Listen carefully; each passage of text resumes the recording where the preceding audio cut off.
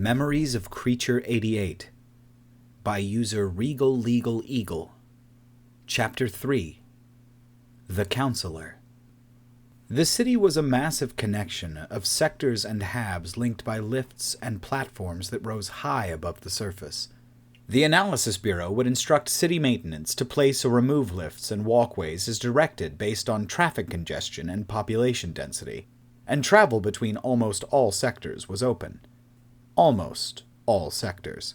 Sector 1 was only connected to Sector 2, and even then, all lifts were guarded behind security checkpoints. The ship Vincent's original and the other clones were stored in was on a platform that could see the sky, but it wasn't really Sector 1. The patrol HQ was close to one of the security checkpoints, and he approached, noticing the various lines to get in. Those who worked in Sector 1 but didn't live there had the biggest line, but it seemed to be moving fairly quickly after a light security screen. Those who were visiting had a shorter line, but far more security to go through. Finally, those who lived in Sector 1 had the shortest line, and almost no security check. He picked that line, walking up to the Yervish guards standing around. These weren't patrol. They had fancy bronzed armor pieces and looked ready to stop frisking workers and go on parade at the drop of a hat. As he walked up to the checkpoint, one held up his hand. "Halt! You aren't a resident of Sector 1. Present ID. Vincent had his actual ID in his jacket, but instead he held up his left wrist, leaving the 88 right in the guard's face. There was a flash of fear as the Yervish looked from the tattoo to his face. Vincent knew what the guard was thinking. This is Creature 88? The Shade? But the guard didn't actually say anything. He just nodded and waved Vincent through. As he walked through, he could see the other guards ignoring the crowds and all watching him as he walked. It was nice to know he was such a celebrity. Then he was walking up to the bank of lifts as he examined the various signs and compared them to the address Cav had given him. Finally, he found the one he was looking for out near the end. The lifts closest to the checkpoint were constantly coming and going, but out here, there wasn't a single other traveler. The lift stood empty, as if waiting for him. Once he stepped aboard, there weren't even any buttons to hit. The doors slid shut and it began to move. Wood paneling, gold trim that he suspected was actually gold. Fancy. There was a bench to the side, but he remained standing, looking out of the back as he watched Sector 2 drop away. Soon he was rising up above the few clouds that hovered around Sector 2, and rose into the direct sunlight. He blinked a little in the light, finding it hurt his eyes. He was used to the slums, and those were down in the deep dark of the city.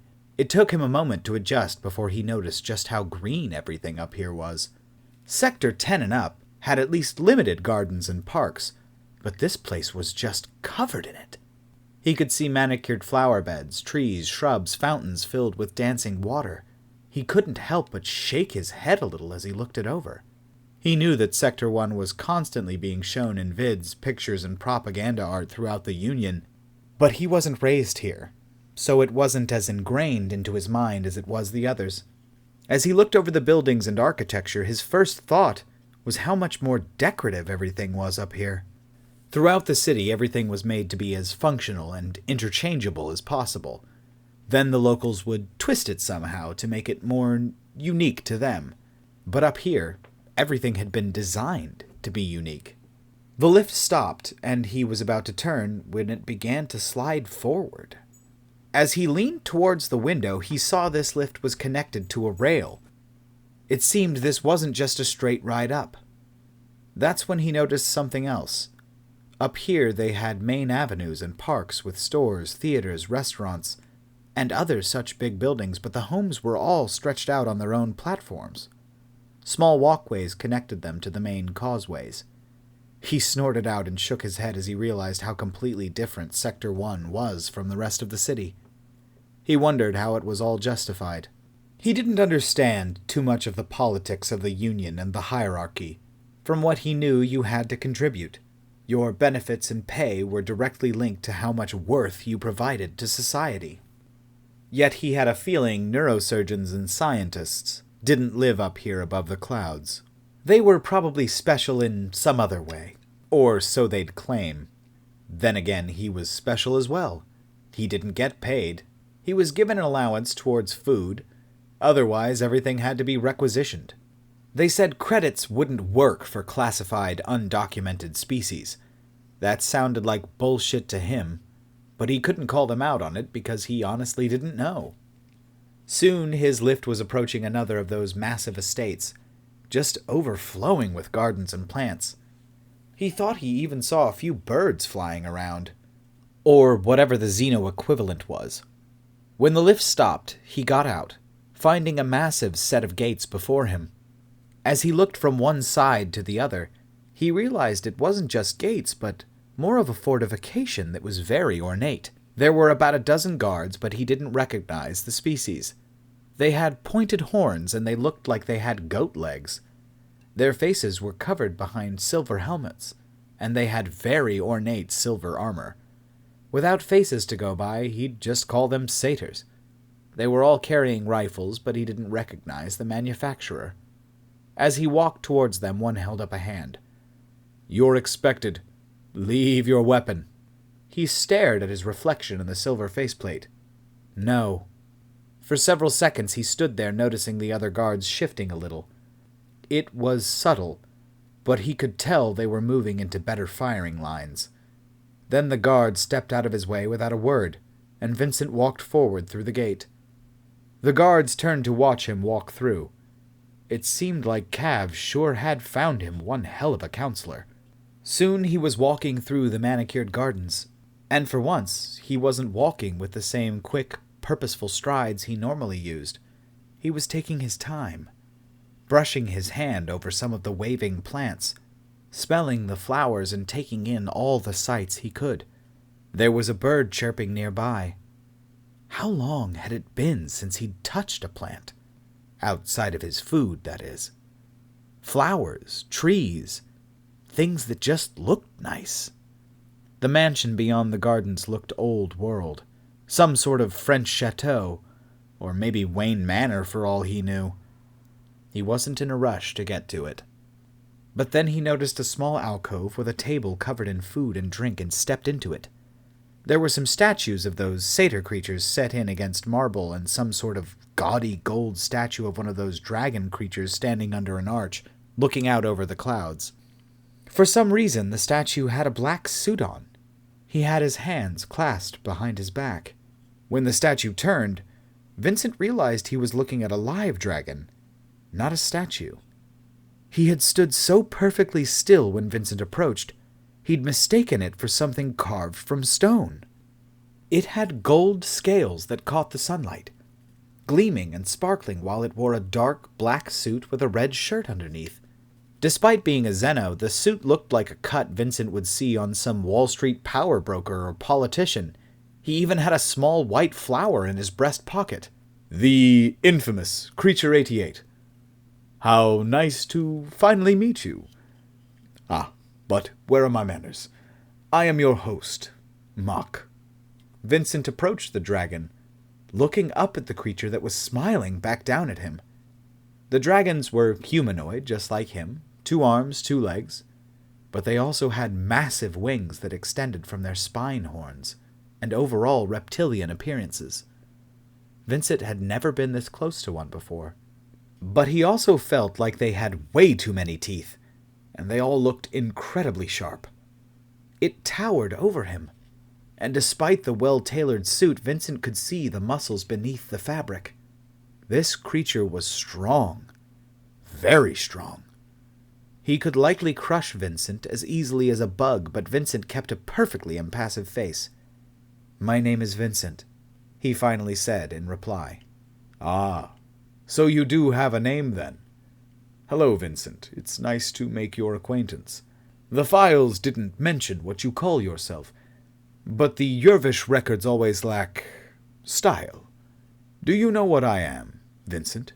"You're the guy who's apparently my counselor." The creature laughed at that, his voice booming out and echoing through the little alcove they stood on. "Yes, that's true. I thought meeting you out in the garden would be nicest for you. I was wondering how long it had been since you've seen such a thing." He waved out at the garden behind Vincent, but Vincent didn't look back. His eyes were locked into those reptilian orbs. It's very impressive. I fail to see how a normal counselor can afford them. Once more the creature laughed out loud at that. Oh, you are such a breath of fresh air compared to my usual guests. Of course, it's been far too long since I entertained someone from the lower sectors. Then again, you aren't really from a lower sector, are you? You aren't even from Union space. I'm so glad I can amuse you, Vincent replied with a voice that implied the opposite. Yes, it's true, a normal counselor most certainly could not afford to live up here. Tell me, Vincent, do you understand how the Union works? The hierarchy. Vincent didn't like being in the dark, and this guy just made him feel like he was in a cave despite the fact that their position was as sunny and bright as possible. Yet he kept calling him Vincent. No one had called him that since the worms got him. It made him feel a pang of loneliness and sadness. Not really, but I do know a bit. Everyone is supposed to make society better. The better you do, the more you get.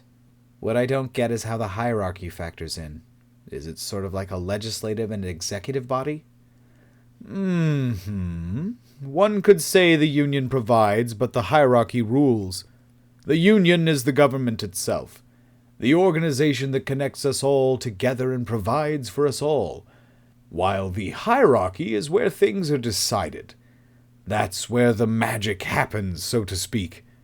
Various races or pieces of the Union all vie for power and resources in the hierarchy. Generally, it is split by occupation. But some species are islands unto themselves. The Yervish, for example. They make up almost the entirety of our military and patrol forces, so they are interchangeable. This makes them a very powerful species. But not as powerful as your own. No. This is because of how the hierarchy actually decides things. Do I look like a strong creature to you, Vincent? Vincent frowned, a little confused by the question. Yes, I'm confident you could kill me with your hands easily enough. I could. My entire species is very robust. Have you ever seen one of us fight? Heard of us engaging in combat? I have not. Have you heard that we're very few in number? Especially compared to the other powerful species like the Yervish? I have. How do you think we're so powerful as a species, then? Vincent glanced back towards the fortified gate and those satyr guards. Intelligence. Not just in the meaning that you have it, but you collect it. I'm sure you've got dirt on everyone else. You know things no one else does. You make it your job to know everything you need to stay in power. The dragon smirked and wagged a finger at Vincent. Very good. This is part of the reason. It's also because of the power we hold as voters. Vincent arched a brow at that. I thought some grand AI decided shit. Keeps things unbiased. It's not so simple. The Grand AI guides discussion in the hierarchy and facilitates voting on laws. It also weights votes. No individual in the Union can be worth less than one vote, but some of us are worth more than others. This is decided based upon both species and each individual. My species has always chosen correctly, based on the AI's simulations, and as such we have the highest natural weight by far. Then, on a personal level, we're all experts in many fields due to our long lives. Plus, we gather intelligence. We know things. We feel what the AI cannot, and make decisions accordingly. We are the fewest in number of all the Union species, yet we control roughly 33% of the vote. Christ! How is that fair? Because we help guide the Union into prosperity. We keep us out of strife and hardship. We help make the hard decisions where others won't. How come no one ever told me about this? I've never voted. That's because you can't. I thought everyone gets a vote. All species that are a part of the Union. No one knows what you are, and every time you try to tell us, you fall ill." Vincent frowned. It was certainly a nicer way of saying that he puked his guts out and then bleeds out of his ears. So, it can also base me as an individual, can't it? No. When the AI was designed, no one foresaw random individuals. New species are given a series of votes to compare overall competence and intelligence and then assigned a score.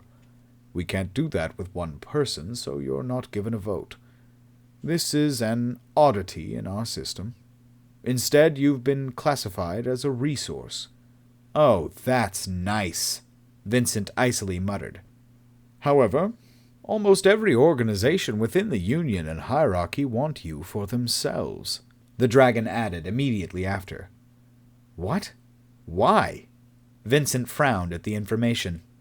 "Since you've joined the Yervish as a detective, the AI has noted a 22% increase in effectiveness at fighting crime. 22%! This has seen their voting share increase by 3%, which is astounding for a single year and even more so considering you're just one person affecting this.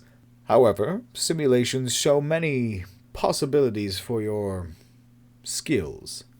Mock let that hang in the air as a low smile crept across his draconic visage. "Dying and coming back, you mean?" "That, among other things. The Analysis Bureau wants you to help predict crime patterns, but the Yervish argue that's their territory. The AI hasn't decided. The Explorers Guild wants to use you to facilitate exploring new worlds, and send you off on fast rockets to a new system, kill you, and then examine your black box as another clone goes to a different system. The pharmaceutical block wants to use your biology to fabricate new drugs besides that combat stimulant. The list goes on." "You haven't mentioned your species yet." "Ah, that's because none of us wants another individual to have more power. We're fiercely competitive. When the vote requires a hard decision or focuses on the well-being of the Union, we vote as one. When politics within the hierarchy propose giving a resource to just one of us, well, can't have that. We can't agree on what to do with you, so the Yervish maintain control. They've sacrificed many resources and votes in order to keep you as their little pet." "So long as they don't try to neuter me, I'll be all right. But what's your interest? Why am I here?" "I've dedicated my life to studying psychology, sociology, thought, philosophy, people. And you're very fascinating to me. I'm not allowed control over you, so I'll settle for visitation rights."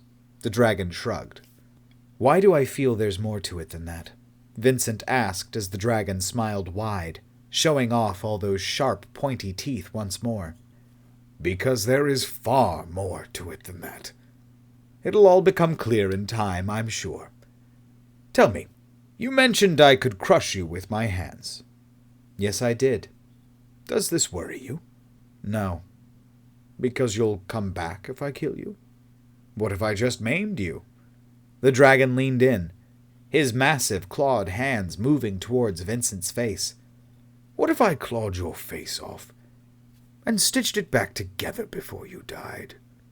In a flash, Vincent had pulled his sidearm free, jamming the barrel up under the dragon's chin as those talons held just millimeters from his flesh. This was when Vincent heard the click of weapons being readied. The satyr statues weren't statues. More guards, all aiming at him. The dragon chuckled as best he could with a tie-bar cannon stuffed up under his chin. "Why fight it? You'll come back good as new once you die again." "My mother told me to never give a mouse a cookie." The dragon arched his own brow at that, and pulled his hands back before Vincent lowered his weapon. He didn't holster it, though. "I presume this means more to your kind?" "Yes." "Could you elaborate?" "I could."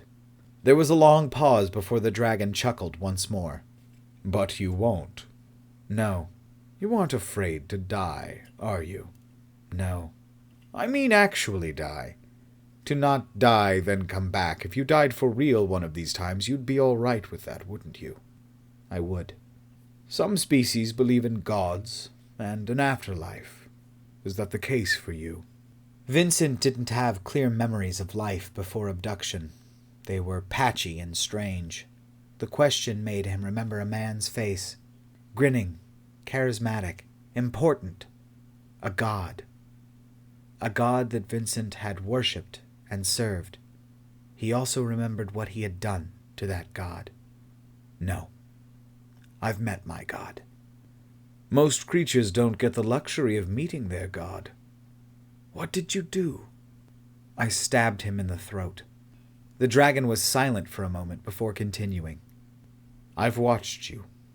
I'm not allowed access to too many memories, but a few.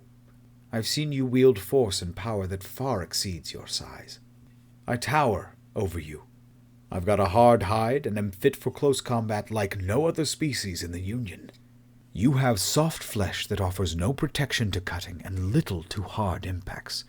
But you're not impressed with me, let alone my guards. I know I'm the hardiest soft-skinned species there is. This is true. It's also strange to the researchers who have access to information about you. Yet I've seen Roviks cower before you. You've kept massive gangs under control while being the only officer in the entire HAB. How? I understand force. I understand fear. Yes. The dragon grinned at this, his eyes lighting up. You understand force. You radiate it. You're confident in the face of overwhelming odds. Not even the Yervish can match your sheer bravado. How can such a small species manage this? It's hereditary. Is it? Yeah, I got my huge balls from my dad. The dragon smirked. I am quite serious. And yet you joke. Is this why I'm here? You wanted to talk to the freak you've been reading about? Yes and no. I want to become your ally. I want you to work for me, even if not directly. Against the Yervish? The dragon waved a hand dismissively. No, they are very effective in their task. I just wish they weren't so short-sighted. They're focused on crime but aren't rooting out the source like they need to. Someone is working against the Union. There are billions of lives that depend upon the Union continuing to function, and I want your help making that happen. I'm also willing to help you directly, if you help me. How? Don't you like knowing your memories won't be watched for a day? Without having to do everything knowing someone will review it? To be free of oversight? It didn't take you long to start blackmailing detectives and bribe morgue officials, did it? Vincent stared. How the fuck did you know about that? I've checked my apartments 20 times. They don't bug it, and they wouldn't bug their own HQ. They don't bug your apartment because they think sights and sounds are everything. They take your memories for granted. And as for their HQ, well, they don't bug it, but I sure do. So now you're blackmailing me? No, it wouldn't work. I just want to demonstrate how effective I am at gathering information. He reached up and waved over a figure Vincent hadn't seen. Some sort of female version of one of the satyr approached. She was wearing a dress, and while their faces looked more like a dog's than a goat's, he'd keep calling them satyrs. She held a large wooden case, opening it for Vincent to see. Inside, he was looking at what couldn't possibly be a .44 Magnum, but looked damned close if it wasn't. Where did you get that? I had one made. You can't talk about your species, but you're apparently free to discuss weapons. One of your early transcripts detailed what your species used to fight with. This is one you spent a great deal of time explaining. My researchers had to work some things out, but you'll find this is close. Vincent reached out, squeezing the grip that looked to be inlaid with some sort of polished bone, and felt the weight of the metal weapon in his hand. What's the inlay? Some of your bone matter from an early death I was able to acquire. Vincent laughed. The ammo was more difficult to create since you're not a chemist, but we'll keep you stocked with it. Vincent pulled out the 6 rounds that were in the case, holstering his sidearm so he could load the magnum. He noticed on the side it was stamped, Blacksmith and West. The transcript wasn't perfect then. He spun the chamber and snapped it shut with a heavy click. What's this going to cost me? What did you find in the lab? Besides the drugs and credits. Who says I found anything? The Yervish found a box. Contents not listed. Vincent thought it over for a moment. How could he trust this guy? Should he? Apparently, he'd orchestrated this day free of oversight. He glanced over at the guards, whom he'd mistaken as statues. You sure this thing works? Maybe I can test it on one of your statues here. Or your serving girl, perhaps. See if it's the real deal. The dragon leaned back, looking surprised before he growled out, I'd prefer if you didn't murder one of my guards or my servant. In fact, if you did, that might be the end of our friendship. Vincent looked at him. The response felt real, but obviously this was a career politician of sorts. Even so, Vincent nodded. All right. In that case, inside the case, I found a hand. He held up his free hand and wiggled the fingers. What? You mean one of yours? Vincent shook his head. But one of your species? Are you sure? Do you think I'd mistake it for something else? The dragon began to rub his chin in thought, and waved the servant away. This is troubling. I haven't heard anything about another of your kind being on the planet, or anywhere for that matter, and I've looked. He turned his back on Vincent, wings twitching a little as he walked to the edge of the platform to stare down at the city below through the clouds. Vincent watched him until the dragon finally turned back. We'll meet twice a week. Feel free to stay as long as you like. Try the food and drink. I've selected things that should work well with your biology. Actually, I want to go try out my new toy. He hefted the gun in his hand. Of course.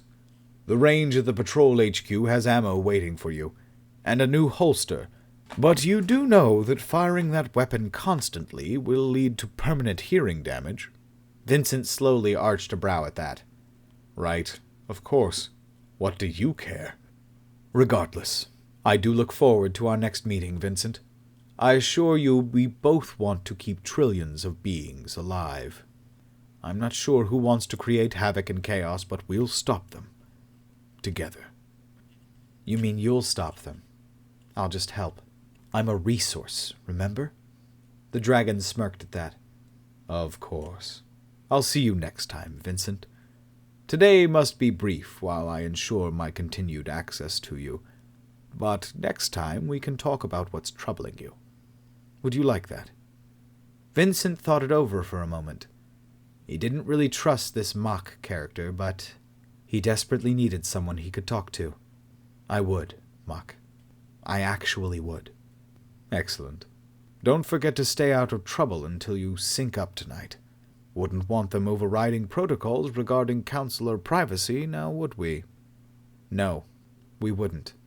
The dragon smiled and nodded at that, turning to walk towards his mansion. The statues kept their weapons trained on Vincent, slowly walking backwards to follow the dragon until he was left alone in the little alcove. He looked over at the table of food, and then glanced around to see if he was alone before he grabbed various things and stuffed them in his pockets. He'd be damned if he let that smug prick see him scavenge. Then he wiped his hands off on the tablecloth and began to walk back towards the exit. It seemed like his life had just gotten a hell of a lot more complicated. But at least they'd given him a new way to cut through the bullshit. He glanced at the gun in his hand as he walked through the gardens. Yeah, boy. Creature 88! Fuck yeah! Alright, guys. I'll see you in the next one.